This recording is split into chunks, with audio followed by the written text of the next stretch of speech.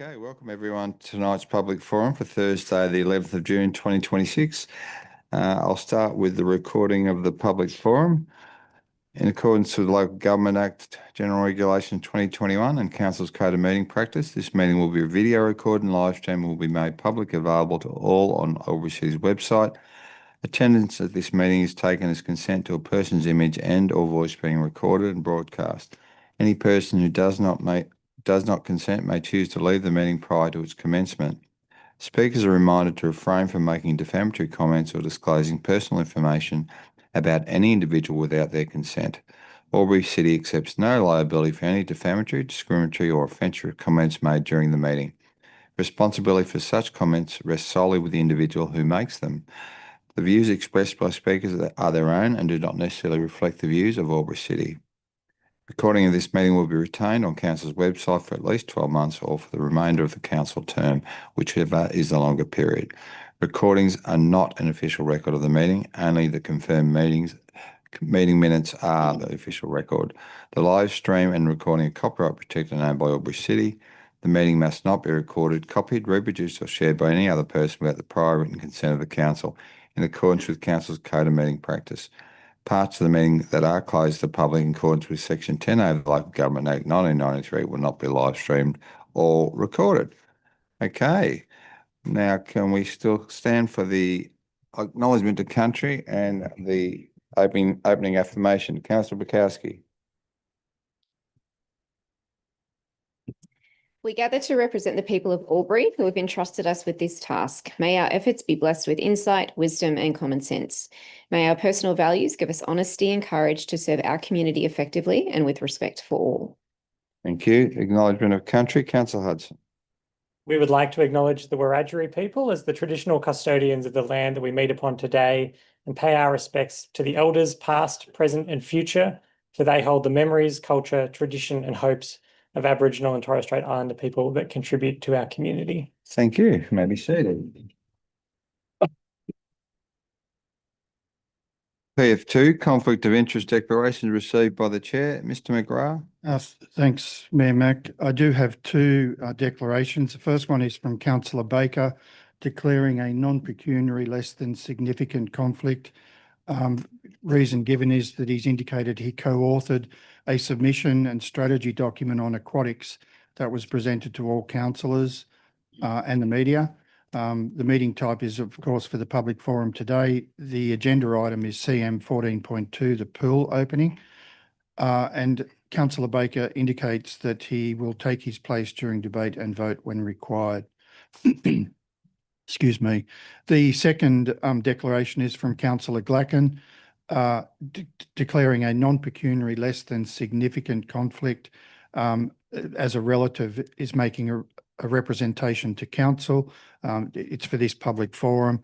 It's in respect of agenda item PF 3.12 on the agenda here this evening, which I believe is the SRV report item. Councillor Glacken indicates that she will remain in the chamber as there is no decision making at this meeting tonight. Thank you, Mr. McGrath. Yeah. Mayor Mac, just the Mayor mentioned to me just a minute ago whether I want to update councillors in the public forum. The public forum section of the Code of Meeting Practice does indicate that speakers at public forums cannot ask questions of councillors or council officers, and the normal protocol is that council officers don't respond to questions during the public forum. If there's any questions needed in the way of follow-up, that's provided at the council meeting on Monday evening. Thank you. Okay, that's the first part. Now we have the speakers, the exciting part. 3.1, Philip Jones, CM 10.1.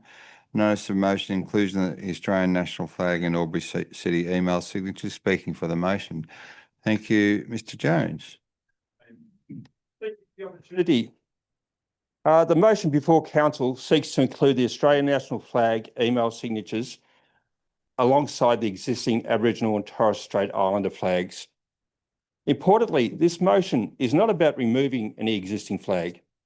It is not about diminishing reconciliation, recognition, or recognition or respect for the Aboriginal and Torres Strait Islander people.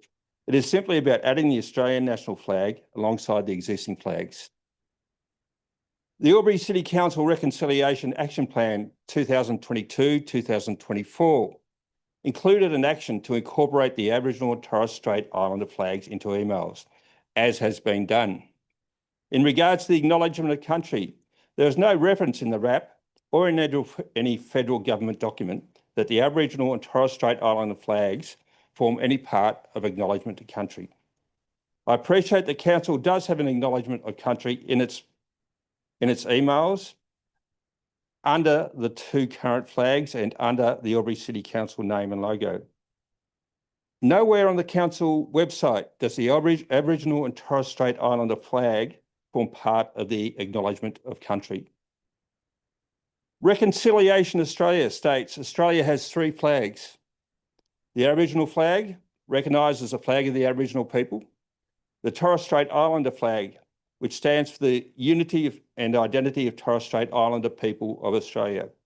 And the Australian national flag, which represents the nation under which all Australians live, regardless of their background. For many Australians, the Australian national flag carries a deep meaning. 220 to 260 Albury District residents died in the service of this nation. Many of their families still live here. Like many members, I understand that military service can have a lasting impact that continues long after a person leaves the uniform behind. The Royal Commission into Defence and Veteran Suicide highlighted the challenges many veterans face during and after service. These challenges are real and they're ongoing. In 2023, 73 serving and ex-serving Australian Defence members died by suicide. It's the latest figure I could obtain. Within timeframes of recent conflicts, we lose more veterans through suicide than we lose in battle. Australians from all backgrounds have served, suffered, and in many cases died under all of the Australian flags. I say all because remembering the Reconciliation Australia recognises we have three Australian flags. Not including the Australian national flags is the sort of thing that can contribute to anxiety and depression of current and ex-serving members and can keep them up at night. If they feel they're not considered, it can be the last straw. Numerous council documents speak of ensuring that people of all backgrounds feel respected, valued and included, including the Australian national flag would reinforce that message. I note the CEO has acknowledged the Australian national flag is an important and respected national symbol representing our shared identity. I've seen emails from senior staff where they had to write the intent in the emails. We recognise the deep meaning it holds. It's an important symbol of our nation's history, identity and unity, and one that Albury City respects greatly. The Aboriginal Torres Strait Islander flags are in council emails, including the Australian national flag. We not exclude anyone. It would demonstrate council's recognition of the Australian flag and symbolism. In closing, I'd like the council to consider the motion with kindness, gentleness, dignity, thoughtful consideration. While remembering the motion is not about removing the Aboriginal or Torres Strait Islander flags, nor diminishing reconciliation, nor reducing recognition or respect of First Nations people. Importantly, this motion is not about recognition of non-Indigenous people. It's not about that. The motion is only about including the Australian national flag, which represents the nation under which all Australians live, regardless of their backgrounds. I respectfully ask councillors to support the motion, and I appreciate you for my 5 minutes. Thank you. Just one moment. Any questions, councillors? No, you're free to go. Thank you. Thank you, Mr. Jones. Okay, 3.2, Carol Brooks, CM 10.1, notice of motion, inclusion of the Australian national flag in Albury City email signatures, speaking against the motion. Thank you. Ms. Brooks, you here? Okay.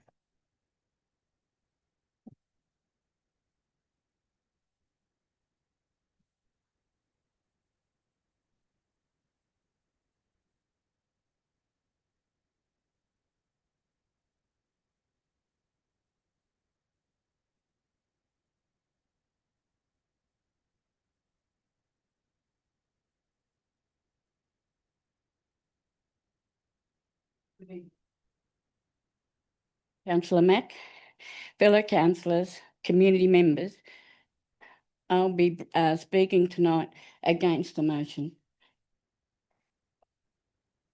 Just get me breath. My name is Carol Brooks and I'm a proud Wiradjuri woman. Before I begin, I would like to acknowledge the traditional owners of the land on which we meet today. I pay respect to the elders past and present and extend that respect to all First Nations peoples here tonight. As a First Nations person and a Wiradjuri woman, the proposal makes me question whether the fundamental intent of acknowledgement to country is being overlooked by the council members. The acknowledgement was introduced to redress the historical exclusion of First Nations people. It exists to recognise their enduring connection to land, honouring a heritage predates colonisation and the creation of our modern Commonwealth. The Aboriginal and Torres Strait Islander peoples represent the oldest continuing living cultures on Earth, with a profound connection to this continent spanning thousands of years. For generations, these nations maintained their own laws, cultures and diplomatic protocols, long before the concept of modern Australia was established. The unique significance of First Nation emblems is deeply tied to their history. The Aboriginal flag was designed by Aboriginal artist Harold Thomas. It faced fierce political resistance for decades and was not officially recognised under the Flag Act until 1995. It is precisely because of this distinct history that mixing the flag into the space disrupts its purpose. Blending a symbol of modern nation state with protocol dilutes the meaning of the gesture. The original gesture was never meant to be a political statement or a piece of corporate branding. It was established as a deliberate act of truth-telling, a formal pause to show profound reverence for the land and a direct recognition of our unceded sovereignty and a shared path to reconciliation. The Australian flag is already flown at civic buildings and is well represented in official capacities. We cannot move forward into the future if we dilute the truths of our past. Keeping acknowledgement in its original form ensures we continue to educate our community about the true history of this land. I urge the Council to reject the motion and protect the integrity of the acknowledgement and preserve its respectful intent for generations to come. Thank you for your time. Thank you, Carol. No questions. Thank you very much.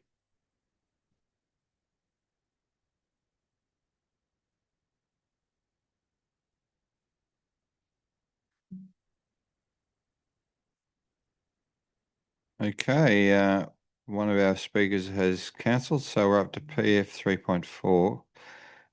Kat Kitch on behalf of Jara Moran. 10.1 notice of motion including the Australian national flag and Albury City email signature, speaking against the motion.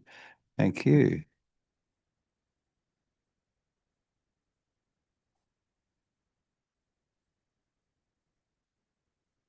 Councillor Mack, fellow councillors and community.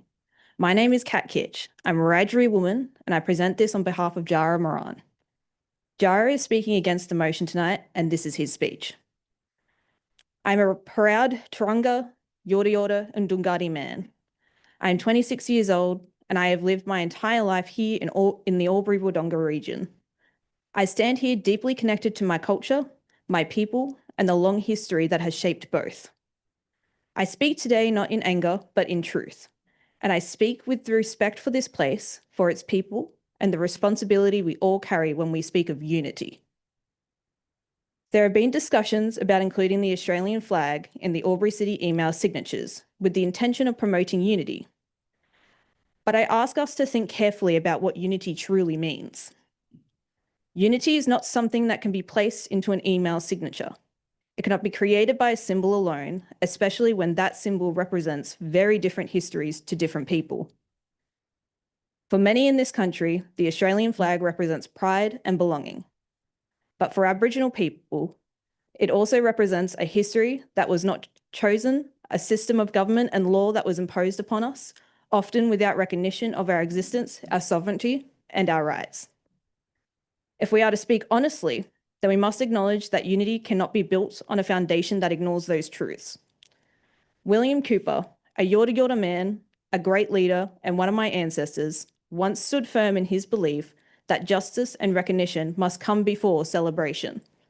His actions were quiet but powerful. He showed that dignity, patience, and truth carry more weight than any symbol ever could. He said, "We ask only to be accorded the same full rights and privileges as are enjoyed by all other sections of the community."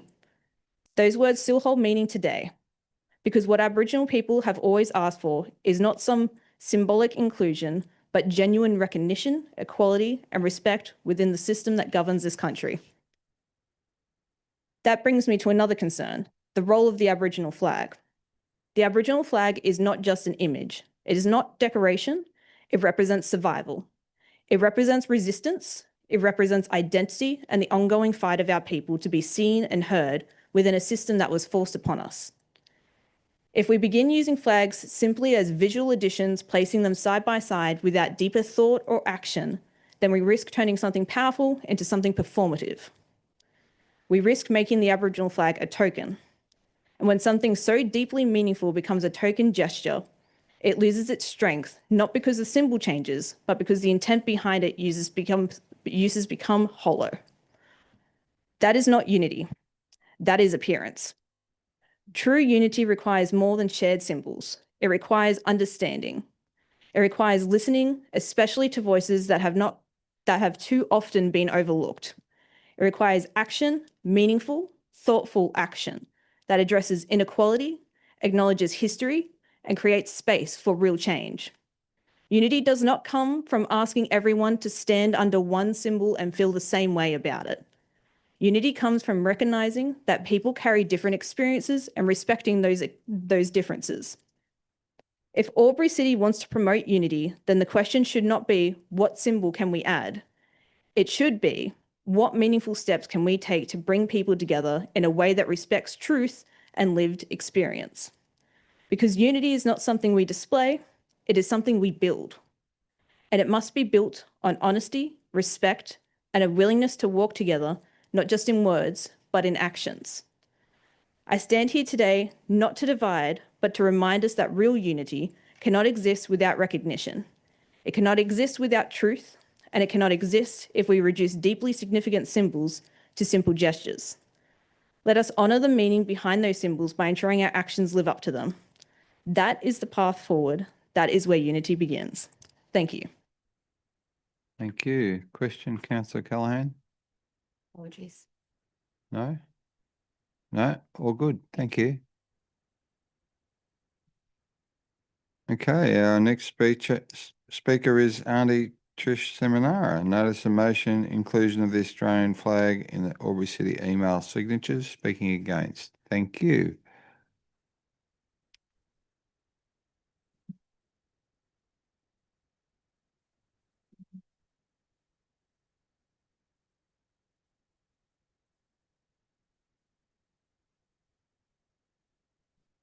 Councillor Mack, councillors and community.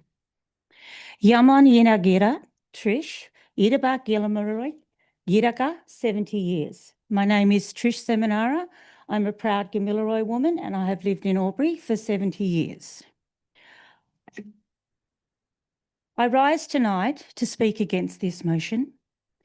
Before I begin, I too acknowledge Aboriginal and Torres Strait Islander peoples as the first peoples of this continent. I pay my respects to my elders past and present and acknowledge the continuing connection of Aboriginal and Torres Strait Islander peoples to country, culture, language and community. Tonight, I believe we need to take a step back and ask a very simple question. What is an acknowledgement of country? because I fear we are confusing the two very things between the flags. An acknowledgement to country is not a statement about patriotism. It is not a statement about nationality. It is not a statement about whether someone is proud to be an Australian. Those things can absolutely coexist. And in fact, for many Aboriginal people, they do coexist. You can be proud to be an Australian. You can respect the Australian flag, and you can also acknowledge the traditional owners of the land. But they are not the same thing. An acknowledgement of country exists for one reason and one reason alone: to recognise that before councils, before states, before federation, before the Commonwealth of Australia itself, there were Aboriginal nations who belonged to this land, cared for this land, and maintained, connected to this land for thousands upon thousands of years, 64,000 years. This is what is being acknowledged means. Country, not citizenship, not government, not nationality, country. The Aboriginal and Torres Strait Islander flags sit alongside an acknowledgement of country because they represent the peoples being acknowledged. The Australian flag does not. It is not a criticism of the Australian flag. It is simply a statement of fact. The Australian flag is a national symbol. An acknowledgement of country is a cultural recognition. They serve two different purposes. When we start inserting national symbols into a cultural acknowledgement, we change the purpose of the acknowledgement. We dilute the very meaning of country. We shift the focus away from recognising traditional ownership towards something entirely different. The question before us tonight is not whether Australia should be recognised. Australia is already recognised. The Australian flag flies from our public buildings. It appears in our chambers. It appears on official documents. It appears throughout our civic life. The real question here tonight is, why are we trying to change something that we specifically created to recognise the first peoples of this land? Why must every space dedicated to Aboriginal recognition be shaped to include a national symbol that already occupies countless other spaces? To me, this motion demonstrates a fundamental misunderstanding of what an acknowledgement of country is intended to achieve. Acknowledgement is not exclusion. Recognition is not division. Respecting the traditional custodians of the land does not diminish anyone else's identity. It does not diminish Australia. It does not diminish the Australian flag. It simply ensures that the First Nations peoples of this country are recognised for their unique and enduring connection to lands on which we all live. This is all it is, nothing more, nothing less. Our Aboriginal Advisory Group met prior to this meeting. The feedback was clear and unanimous. The concern was not about the Australian flag itself. The concern was about altering the meaning of our acknowledgement. The concern was not this proposal does not strengthen reconciliation. In actual fact, the clarity of the recognition that already exists. We are working on reconciliation. Because an acknowledgement of country is not about politics, it's not about ideology, it's not about nationalism, it's about respect. Respect for the traditional custodians of the land, respect for truth, and respect means allowing an acknowledgement to remain what it always was intended to be, a recognition of country and the people who belong to it. For those reasons, I cannot support this motion, and I encourage all councillors here tonight to vote against it. Thank you. Thank you. Question, Councillor Callaghan. Thank you, Mayor Mac, and thank you for your presentation this evening, Trish. You just touched on it really briefly, and the reason we're here because at your last presentation you raised some issues around consultation with the Aboriginal Advisory Committee, and the agenda item was deferred. You briefly touched on it was clear from the Aboriginal Advisory Committee what their decision was. Are you able to elaborate a little bit more on that, around that conversation? Probably should have thanked beforehand, but thank you for those councillors who attended on the night. We were very clear around everything that we said, and that was particularly around consultation being made prior to, which was not correct. Councillors never made consultation prior to. At the meeting, when we talked about it, the other thing that the advisory committee felt that this was a political move, that it was not a move about anything else other than being political behind it. And yeah, everybody agreed. No, it's not.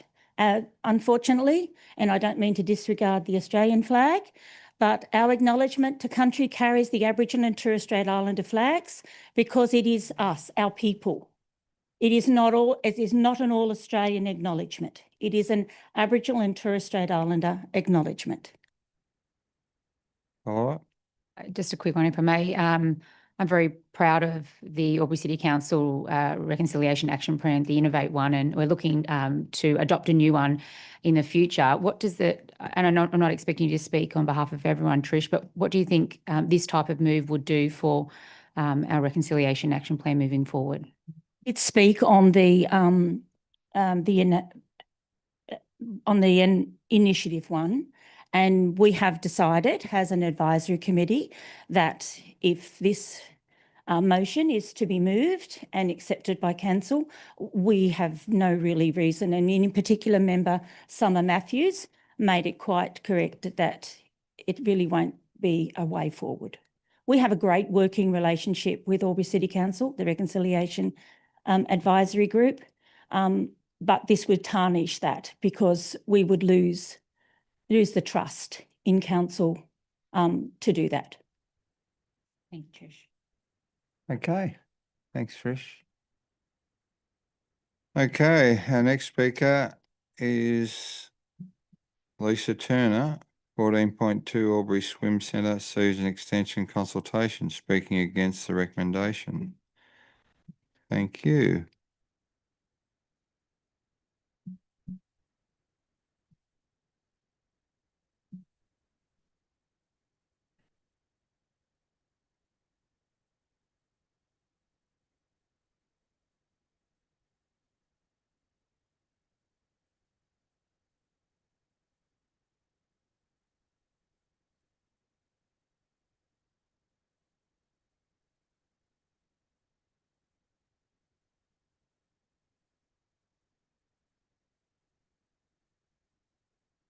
Thank you. Sorry, just needed to adjust my iPad. My name is Lisa Turner. I stand before you tonight as a swim coach, a resident, a daily user of the Albury Pool, and a mother of a national level para swimmer. Sorry, I'm super proud of him. I'm here to speak firmly against the listed motion to close the Albury Pool. I want to voice my profound disappointment in this formal motion that has been locked into next Monday's council agenda. It's imperative that you truly hear our concerns tonight and fully grasp the severe repercussions this closure will inflict on our community before you vote. I genuinely hope tonight's forum is a sincere democratic consultation, not a superficial rubber stamping exercise for a decision already finalised behind closed doors. The threat of this closure completely overlooks the real human cost of locking these gates, a toll my family faces every single day. My son, Sam, who is here with me tonight, is a high-performance swimmer on the pathway to para-international representation. Yet instead of being at training tonight, we are here to explain why we feel forced to export ourselves, our focus and our money to Melbourne fortnightly just to buy lane space. Albury has been bleeding talent and sports tourism revenue for decades because of a systemic failure to protect aquatic infrastructure. The assumption that winter aquatics are a luxury is an abdication of regional leadership. By locking these gates, you will be actively capping the ceiling on what our regional kids can achieve. So let's address the admin assumption that the community will simply cross the river to the leisure centre. That single indoor 25-metre pool is already stretched to absolute capacity.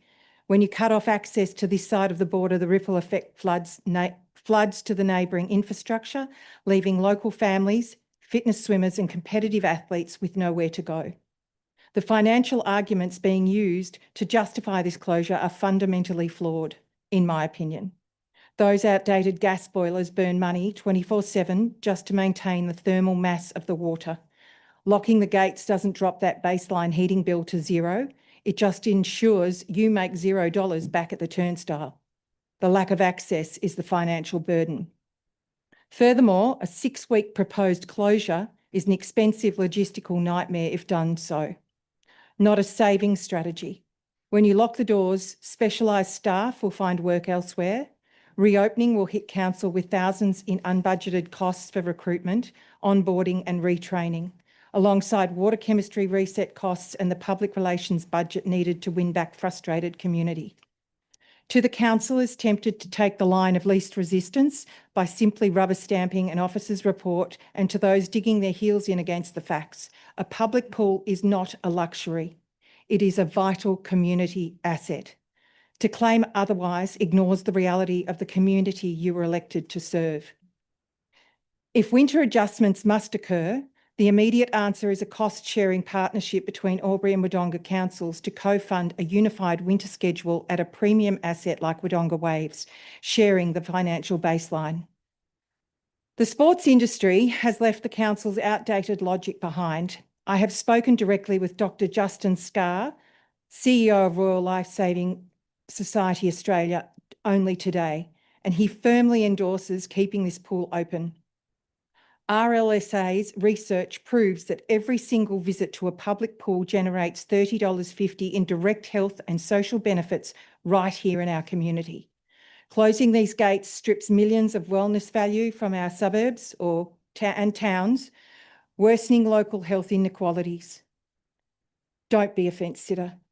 As the great Neil Danaher so powerfully said, leadership is not a title, it is a choice. It is about taking responsibility and refusing to accept excuses when things get tough. Be brave. Take responsibility tonight. Stop accepting administrative excuses and support our community. We are all equal in this journey toward a healthier border region, but we cannot swim forward if you lock the gates. I urge Council to reject this short-sighted motion, initiate potential joint funding talks with Wodonga, fix the operating hours and protect the asset our community relies on today. Thank you. Thank you. There appears to be no questions. Thanks, Lisa. Thank you. Okay, we have PF 3.7, Danielle Carl, Albury Swim Centre, season extension consultation, speaking against the recommendation. Thank you.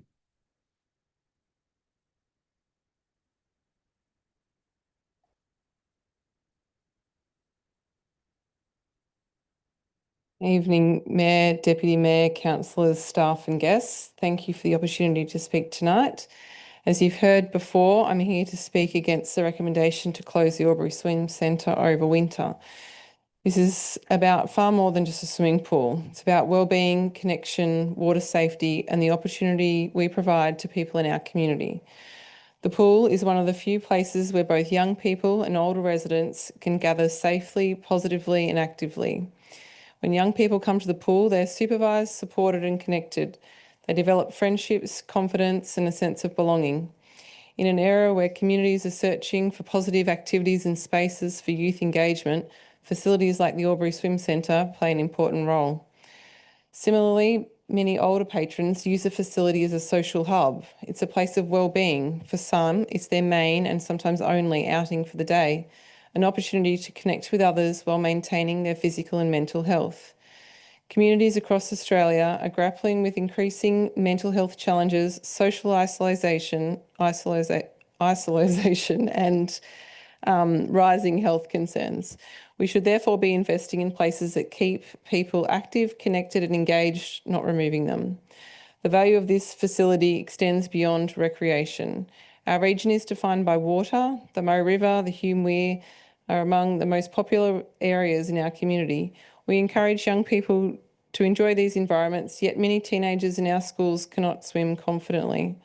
Every opportunity we provide for young people to be around water in a safe and supervised environment improves their confidence, capability, and safety. We should not be reducing access to these opportunities. We should be looking for ways to expand them. At the other end of the scale, we also have some very capable young athletes currently training for high-level competition. In addition to swimming clubs using the lanes, there are approximately 40 water polo athletes aged between 10 and 16 training at the Albury Swim Centre. These young people are participating in a sport they love, developing resilience, discipline, teamwork and respect while improving their physical and mental well-being. Many of these athletes have been selected in the Victorian state teams and will compete at the East Coast Challenge in July and the National Selection Tournament in September. Others are preparing for the National Development Carnival and will travel to Hobart to represent Victoria on the national stage. These young athletes are ambassadors for our region. They train, they commit themselves to excellence, and they represent Albury with pride. This facility is the only one that allows them to prepare for these opportunities. Albury has long been recognised as a strong regional centre for both swimming and water polo. With the Brisbane Olympics on the horizon and participation in aquatic sports continuing to grow, we should be supporting access to these sports. I urge Council to consider the long-term value this facility provides to our community, the benefits to our young people, older residents, athletes, families and vulnerable community members far outweigh the financial savings achieved by closing it. Thank you. Thank you. No questions. Thanks, Danielle. We have PF 3.8, Dwayne Day, Albury Swim Centre, season extension consultation, speaking against the recommendation. Thank you, Dwayne.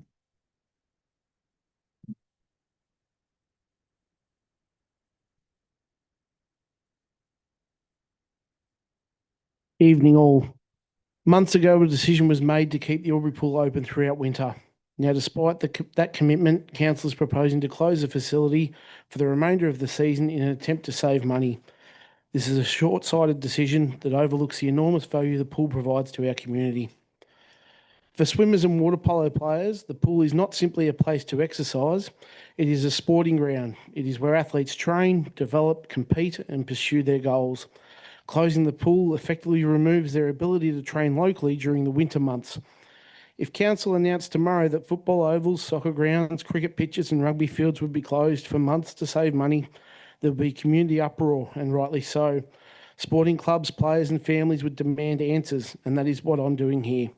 Yet when it comes to aquatic sports, the expectation seems to be that swimmers and water polo players should simply accept the loss of their only public training facility.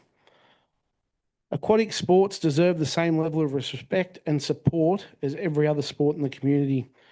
The impact extends well beyond competitive athletes. The pool provides a vital space for people of all ages to stay active, maintain their health, recover from injuries and connect socially. Swimming is one of the most accessible forms of low-impact exercise available, particularly for older residents and those living with injuries or health conditions. For many users, regular visits to the pool are essential for both physical and mental well-being. The mental health benefits cannot be overstated. The pool offers routine social interaction, stress relief and a positive outlet for countless residents. Removing access to this facility during winter takes away an important support system for many members of our community. I know in my role as a disability support worker, the pool is used for social activities and outings for our clients, even during the winter months. What is also concerning is the apparent attitude by council members towards those who advocate for aquatic facilities.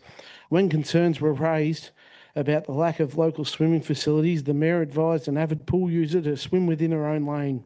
Since then, that same swimmer has gone on to make the Commonwealth Games team, proving that local athletes can achieve remarkable success when given the opportunity. But how can she swim within her own lane when council is now proposing to close that very lane? That question perfectly highlights the contradiction at the heart of this proposal. We celebrate the achievements of our athletes when they succeed on the national and international stage, yet we are willing to remove the facilities that make those achievements possible in the first place. What makes this proposal even harder to understand is that the community is being asked to bear the consequences of council's financial difficulties. Residents are questioning why money has been allocated to public artwork and other discretionary projects around the city over time, while funding cannot be found to maintain what is now the only public pool operating in Albury area, as the North Albury pool is already closed. Public pools are not luxuries. They are essential community assets that deliver health, recreation, sporting development, social connection, and community well-being. Their value cannot be measured solely by a budget spreadsheet. Council made a commitment to keep the pool open throughout winter. It should honour that commitment. The short-term savings gained by closing the facility will be outweighed by the long-term costs to the community, health, well-being, local sport and athlete development. Albury deserves better. Our swimmers, water polo players, families, seniors and everyday residents deserve better. Keep the pool open. Question, councillor Hudson. Thank you, Mac. Thank you for your presentation, Mr. Day, and thank you to all of the people who've presented so far this evening. I found your analogy that this is a sports ground for the people who use it, the water polo players and the swimmers, quite apt, and it's not necessarily one I think that we've really heard articulated in such a way before. And you suggested that if we were to announce the closure of football grounds or cricket grounds for months, then the community would be outraged. And I agree with you. I think that's correct. The second part of the motion that we're considering introduces what I believe to be quite considerable uncertainty, because it says that it would revert to the historical season length for subsequent years until such time as council's financial position improves and the service level can be reviewed. To me, because that's quite an open-ended statement and therefore introduces a fair amount of uncertainty. My question to you is, what do you think that uncertainty would mean for the people who use the pool during the winter months? It's the great unknown, isn't it? Like, my son's on a train every Saturday to train with the Victorian state team. He does that on his own bat, travels down there, travels back. It's a luxury that he can do that, but what got him there? Last year, he didn't make the team as a 15-year-old in the top age under 15s team. This year, he's made the squad of the under 17s team as a bottom age player. He was doing upwards of 8 sessions at that pool all through last winter. His times were cut. His work ethic went through the roof, and that's due to the pool being open. That's all I can say. He put the work in because he had the facility here to do the work. Take it away from him, and unfortunately, my son's not going to Melbourne to trial for a Victorian state team. It's just the facts of the place. They've got to be able to put the work in. But, he's a 16-year-old kid. He'll move on. But what about the everyday residents that need this facility? That's where it's at. It's the broader term of it all. We create a lot of talent sport-wise out of that little area pool, especially the water polo side of things. On the swimming side of things, the talent pool's been incredible for them for years. So to shut it down and take that away from them, I don't think that's fair at all. And when you do shut down our facilities, I'm also on a committee for a soccer club. When you do shut down our facilities for oversowing and things like that, what is offered to us is other facilities to use. You can't do that with a pool. It's just not there. Okay, thank you. We now have Ciara Paramore, 14.2 Albury Swim Centre, Season Extension Consultation, speaking against the recommendation. Thank you.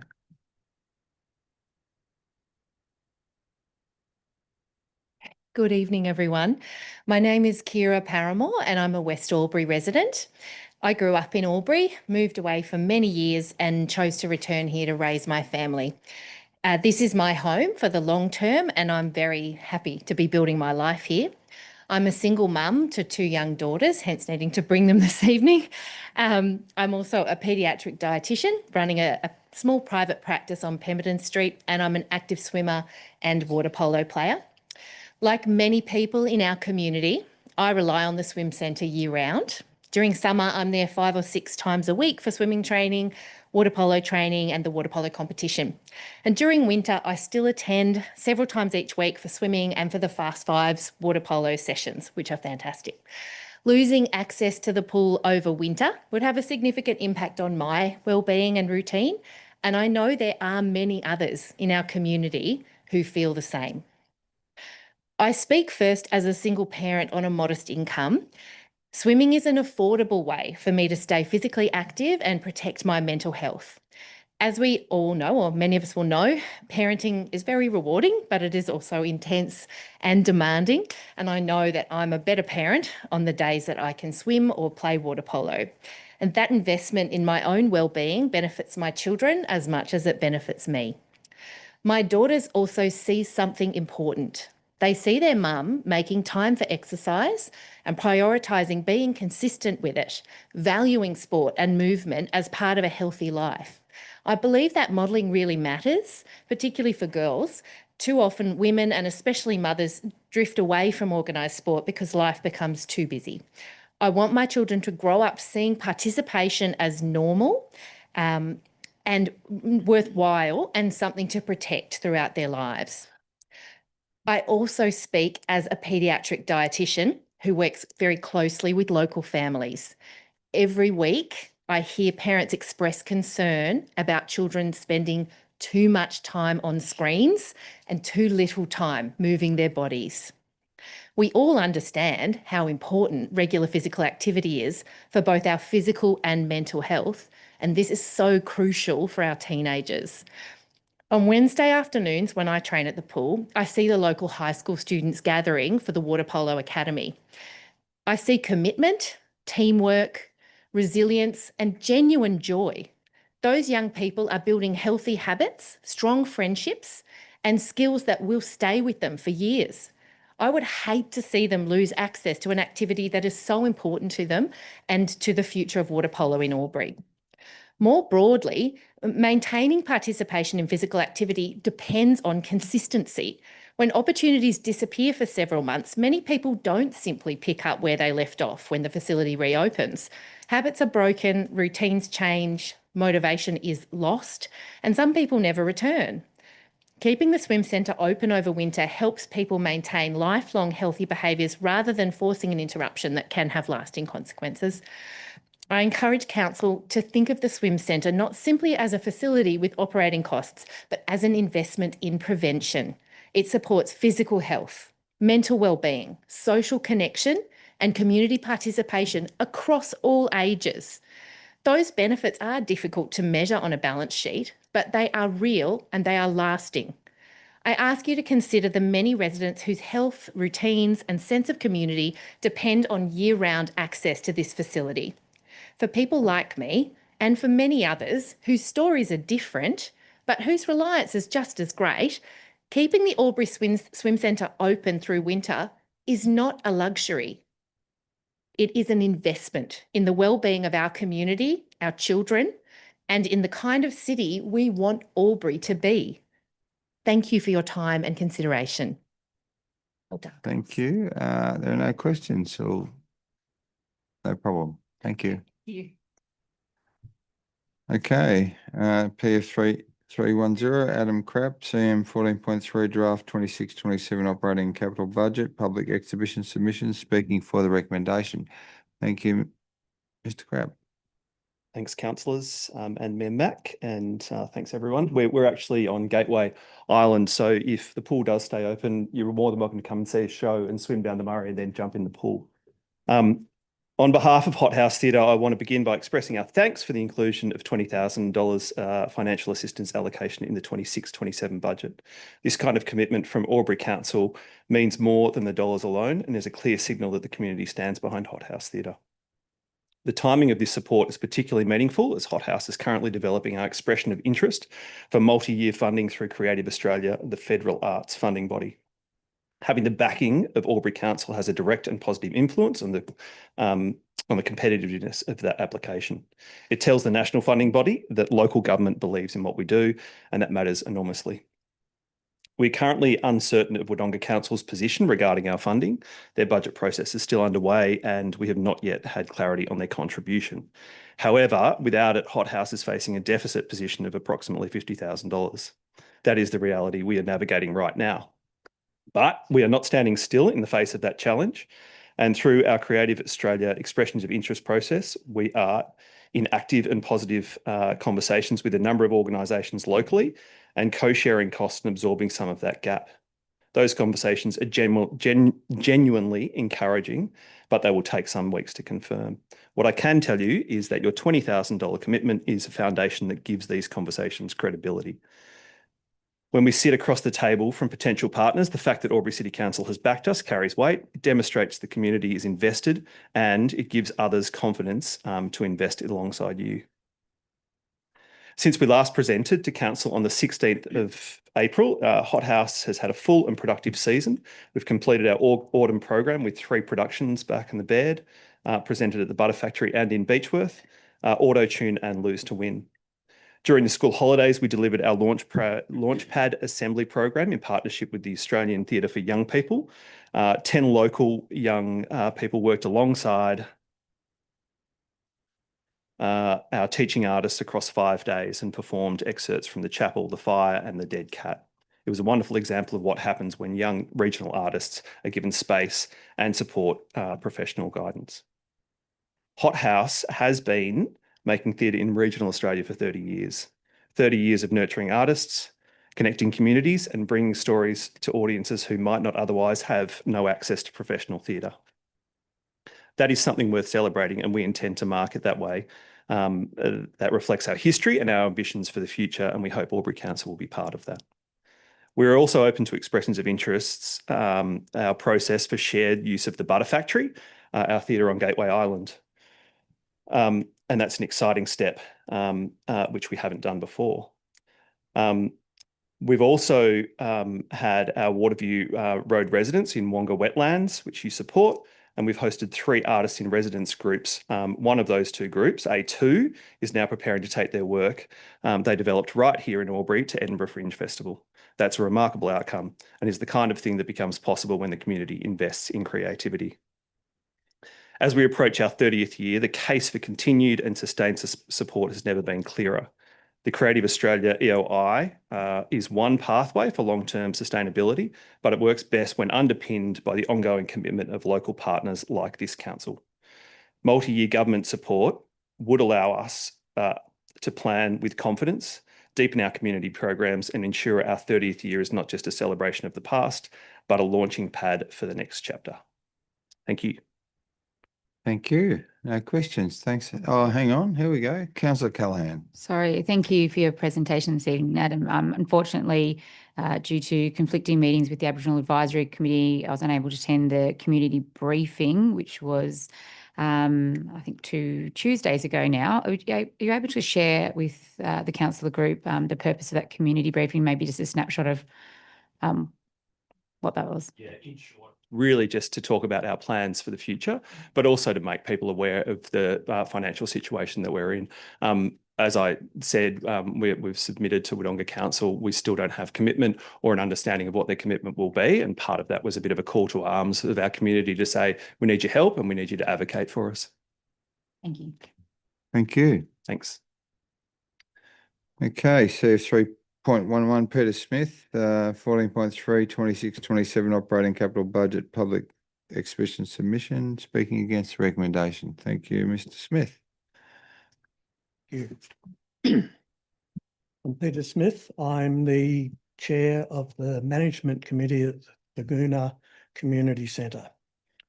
Thank you for the opportunity to speak against the proposed 25% reduction in staff hours at Glencoe and Mirrabina Community Centre. When I told a mate that I joined the management committee, his response was something like, "Why would you do that?" I told him a better question was, why was I still on the committee and why had I agreed to become the chair this year? The answer is very simple. I can see the positive impact that community centres have on the lives of the local communities. At first, I thought community centres were about providing activities, courses, crafts and similar activities. I soon learnt that these activities were a great excuse for social interaction. Everybody craves social interaction. I often view community centres through the eyes of my parents who lived in Sydney. When Dad retired, they went and visited family and friends. They always had something to look forward to. Time started to catch up and their family and friends groups started to shrink and they had less and less to look forward to. They felt socially isolated. It was terrible.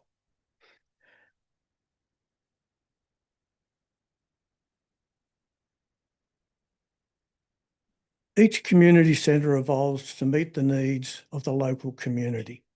There's a lot of commonality across community centres. When people go to a community centre, they're made to feel welcome and accepted for who they are, and they soon feel a sense of belonging in a safe place. And unlike my parents, they don't feel socially isolated. Each centre is run by a coordinator and have clerical support for only a few days a week. Coordinators have vast knowledge of the support and options available to help those in need. They have great problem-solving skills. They help groups and activities to improve what is being delivered, and they're tough. They need to be tough because they're helping people that are often seen in the vulnerable category get through some of the worst days in their lives. It must be very hard. People come to the community centre for help with things like housing difficulties, domestic violence, financial difficulties, mental health, and sometimes just to get help with their next step. I see coordinators as the soul of a community centre and a powerful interface between Albury City's 2050 Caring Community pillar and the Albury City community. I think Albury City is ahead of the game with this. So what's the real cost of reducing the hours that a community centre is open? The accelerated service planning options suggest that centre hours are reduced by 25%, which is about a day per week. This will be achieved by the coordinator not being at the centre. When the coordinator is not at the centre, it means the whole centre cannot be run by volunteers, but with risk management strategies in place, volunteer managed groups can be run, but just their program. There is a risk when the doors are open and no staff are in attendance that theft and vandalism may occur. There may also be a safety risk for those at the centre. Food share vouchers cannot be sold. This becomes significant when you consider that the manager of the local IGA told the Mirrabina Community Centre coordinator that since the introduction of food share, theft had reduced in their store. I suspect IGA wasn't the only place to see a reduction in crime. It is a vital service that gives people in financial distress an opportunity to get food for their family, and this sees a return of their self-respect. Share the Dignity is not accessible. This is feminine hygiene products for free. Free shower access is not available. Imagine if you couldn't have a shower. The coordinators on call hours will also increase. Some people may go to another community centre that is open, and this may place extra stress on that community centre. The benefits of community centres are seen as intangible, but the impacts are real. Sorry, nearly there. Just take my word for it. In 2024, Dr. Chutiyama and others from the University of Technology, Sydney, published a paper titled Community Engaged Mental Health and Wellbeing Initiatives in Under-Resourced Settings, a scoping review of primary studies. That is, they took the studies that had been done and reviewed them. I'd like to read their conclusion. The community engaged mental health and wellbeing initiatives in under-resourced settings have shown the potential to improve mental health outcomes and wellbeing when actively involving community members. Future work should focus on scalable initiatives and active inclusion of people with lived experience of mental health challenges. The population of Albury City is continuing to grow, and community centres need to meet that growth. A 25% cut to staff will give a saving of only about $50,000 in the budget, but it means a 25% cut to centre-based community centres. In Council's own recent Micromex research, community centres hours ranked as the second highest priority for engaged residents, and 71% they would gladly pay more to maintain current service levels. Instead of viewing community centres as a cost, we must recognise them as a crucial investment in our community's well-being. Please remove this proposed imposition on the benefits of community centres from Albury City's accelerated service planning options. Thank you. Thank you, Mr. Smith. Any questions, councillors? Councillor Callaghan. Firstly, Mrs. Smith, thank you for all the work that you do. And I've been out to, or invited to the Thurgoona Community Centre on many occasions, and you do a fantastic work. I just was hoping you can elaborate on access to your services. You mentioned people showering. What are some of the other services that you provide at Thurgoona that you're concerned about? Sorry. Oops, I have to admit that we're better off, I think, is the way to put it, than some of the other centres who do need to provide for the poorer people in our society that just don't have access to it. I don't know all of the things that these centres offer, but there's a long list, and please feel free to ring the coordinators at the other two centres and I'm sure they'll set you straight. Sorry, we'll help you out. Thank you, Mrs. Smith. Thank you. Mr. Smith, you just pass our congratulations on to Jonathan Howard for his well-deserved OAM on the King's birthday honours. Sorry? Jonathan Howard? Oh, I'm sorry.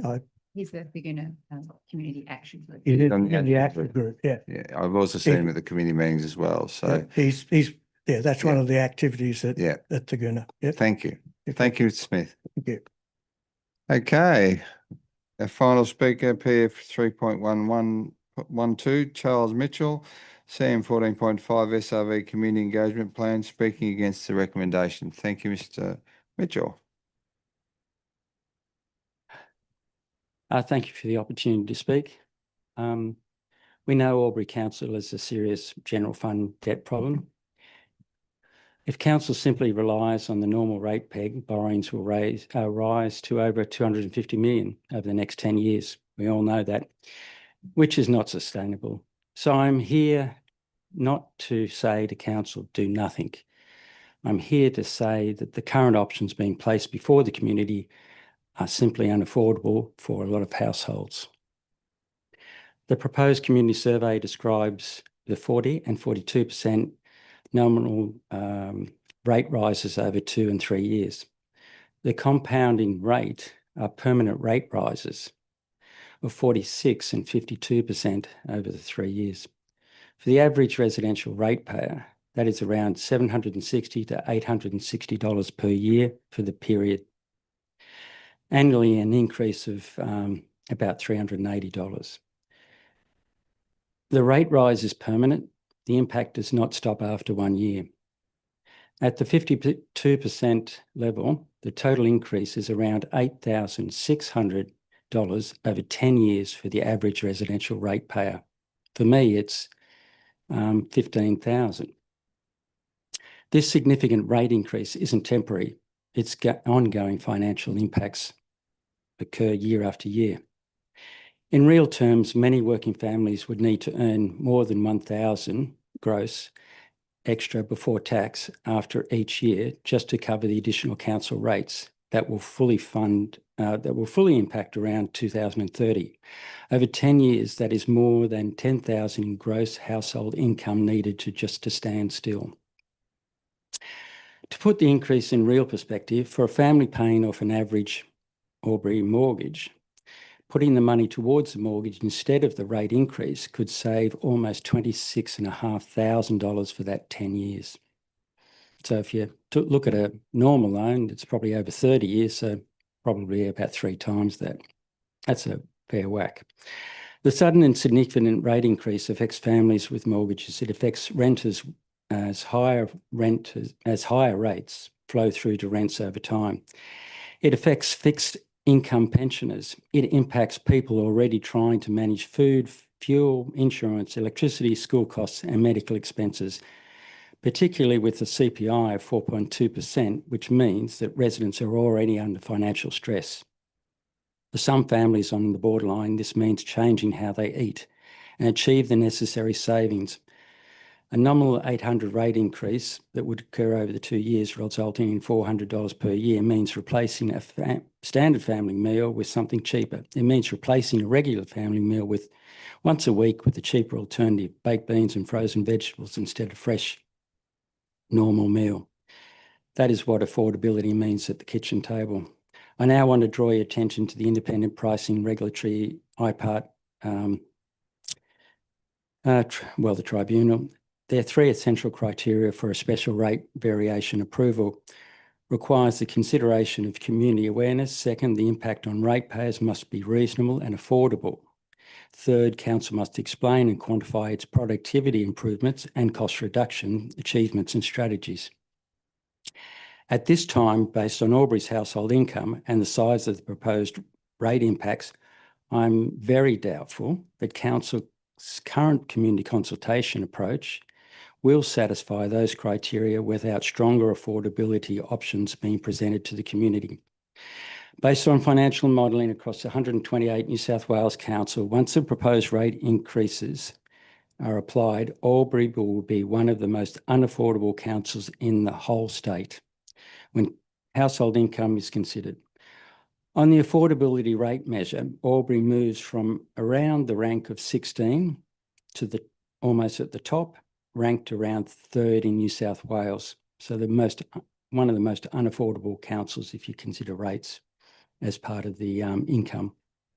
In plain English, Albury at the top for unaffordable residential rates when household income is taken into account. Effectively in the top 2% of the council for residential rate stress.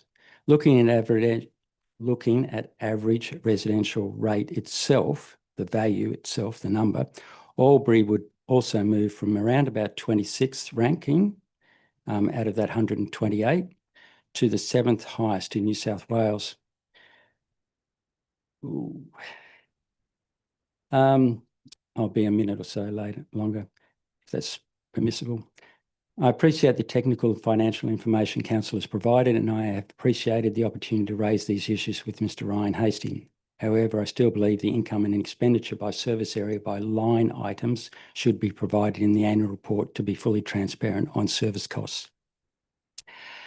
In simple terms, I'm proposing 4 years at 5% option, a nominal 20%. This allows the council still to manage its budget and achieve T Corp requirements and be under the debt ratio threshold. My calculations indicate that this approach still manages the debt. The underlying premise is that council starts with the savings already identified around 3.5 million and builds those savings gradually over 9 years to around 10 million. This is not unreasonable expectation with cost reductions of between 2 and 5% of expenditure, which is around about the $200 million mark. So I'll get to the bottom line. I'm concerned that IPART's criteria on consultation, ratepayer impact and council cost control may not be sufficiently addressed. If council proceeds with the current consultation scenarios without a lower, gradual and affordable alternative, then the IPART affordability criteria will be insufficiently considered.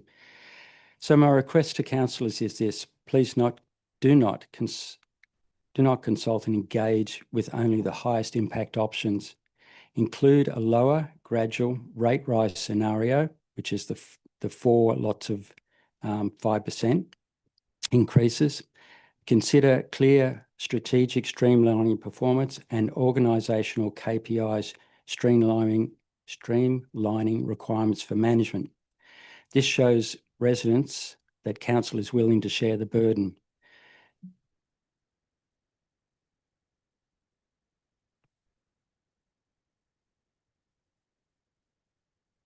Yep, that's about it. Question, Councillor King. Thank you for your presentation and your submission, which when I read it, talked about a an option 4 or option 5 in terms of what our team had presented. And you mentioned you'd had some discussions with some of our senior members involved in that process. Can you explain the feedback in terms of that option that you presented? Have you been given anything yourself, or is there any tools to test your numbers and figures with some of our modelling perhaps? I suppose I don't have the tools that the council has at its disposal, and I don't have all the assumptions that Mr. Hastie has included in his models. So I've had to make some assumptions myself. To the best of my ability, I've done that and ran multiple simulations. But I presented the information to Mr. Hastie, and I'm hoping that council runs those models, sees if what I believe are benefits in managing the debt, but reducing the impact to ratepayers. So it's a shared risk rather than council saying to ratepayers, well, here's a bucket of money, carry on the business as usual. I think there needs to be a sharing of the risk, the financial risk, which is council shares some of that risk and has key performance indicators at a strategic level developed by management, and council adopts that as a strategic approach to reduce costs. What I didn't say was the 2 to 5% cost reduction. You should weigh that up against what the impact is, and we're asking ratepayers to pay 52%. So as an organisation, 2 to 5% on 200 million, that seems pretty reasonable. But the 46 and the 52% numbers are just extraordinarily high. You basically get your rate notice and say, oh, well, my rates, what are they this year? $3,000. Well, I'm going to pay half of that as much again. So, I don't need a computer out in the field to tell me that that's significant. And the rate options provided by council, I don't believe, takes care of those, the vulnerable, the people who need or can't absorb that sort of cost. I'm fortunate, I can. But, 15,000 over 10 years is still 15,000 for me. Follow up? Thank you. In terms of, you mentioned income and expenditure line items to give it a little bit more clarity so that when we potentially go into community, they've got a bit of an idea of the true costs. Is that where you were thinking there?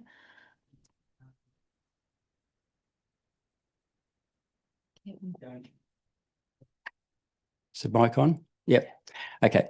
One of the things about going to the community is if you go to the supermarket and you buy something off the shelf, you see the price, you know what you're purchasing, so you choose depending on the price.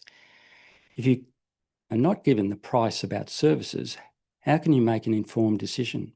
How can you actually weigh up, should I support the recreation? Should I support community halls? Should I support swimming? They're the balances that, people need to make. Now, unfortunately, the level of detail years ago was provided at Wodonga City Council. It's still provided in Indigo Council. You can pull up, say, childcare.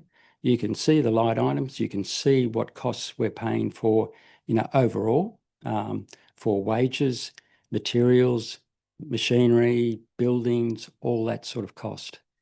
So it's very transparent, and it allowed me to uncover some of the profit margins that some sections in the council at Wodonga were making. So in a nutshell, these reports are produced internally, and there is still a little bit of work to turn them out to provide them to the public. But it's not like you're building the report from scratch. And it breaks down the services into, not just 10 items, but it breaks it down into probably, 30 services that maybe council provides. And you can then balance out, what the costs are. So at the moment, I don't know if the community consultation is going to give that level of detail. But I think if you can't go to the supermarket and see the price of the product, how can you make an informed choice about the services that you wish to, support or, minimise? Councillor Callaghan. Thank you for your presentation this evening, Charlie. You know that I've spoken against the budget on numerous occasions, and I've also spoken against the current proposal for an SRV in the order of 40 to 42% for many of the reasons that you've discussed tonight, knowing that we're in a cost of living crisis, and I don't believe it'll have a huge impact on our families. My question to you is this.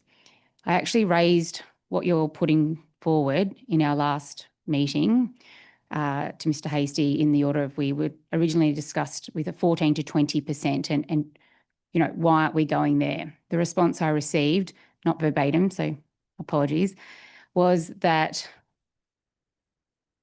if we don't go higher, we could be coming back to our community on multiple occasions. What's your response or insight into that? That's a very valid response. Councils are ultra conservative, and sitting in Mr. Hastie's chair, I sort of tend to go that way myself. But I think it's too much burden on the community. So that's why I briefly mentioned that key saving strategic performance measures need to be adopted as part of that 20% scenario, so that management share, the responsibility of trimming the costs, which is basically to get 2 to 5% saving, ramping up from 3.5 million, which the council's been able to save apparently, and ramping that up to about in year 9 to about 10 million. So I don't think that's hard to achieve. And as a percentage, it sounds very small.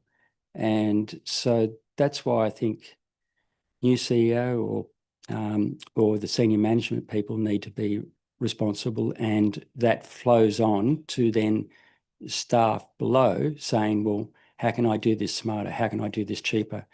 Well, I mean, one of the things I saw when we were having cost pressures in Lismore was we looked at, well, just one example is our insurances. When a person has a bad back injury, that was costing us $100,000 or something like that for 3 years. It increased our repayments on the insurance. And so what we decided was, well, where were we getting those injuries? It was from the concrete crews. It was the manual labour that was actually driving up our premiums, and they were retiring earlier, so blah, blah, blah. It was costing us money. So we stepped away from footpaths. We got contractors in. I mean, that requires a level of supervision, but there were spin-offs down the track for operational efficiencies. And so it's about doing things differently, smarter, changing the way that, you've done things over time. You've got to break the pattern. You've got to do something innovative, but, those triggers, you've got to drill down to the operational level to get those efficiencies. Now, those efficiencies don't happen overnight. They take a long time. Every council person knows that it takes, several years to get those operational efficiencies to come through. And that's why I'm saying, that the 10 years and gradually getting those savings is the way to approach it. Not, we want the money now in, 46%, 52% today. What incentive is there for council to actually trim its costs and be smarter about the way it does its work? I mean, it AI is coming into place, things like that, to improve efficiencies that way. I use it every day in, day out, because there's insights that you see that you wouldn't normally. Follow-up? Yes, just a quick one. Thank you for sharing with Ms Tasty your number crunching.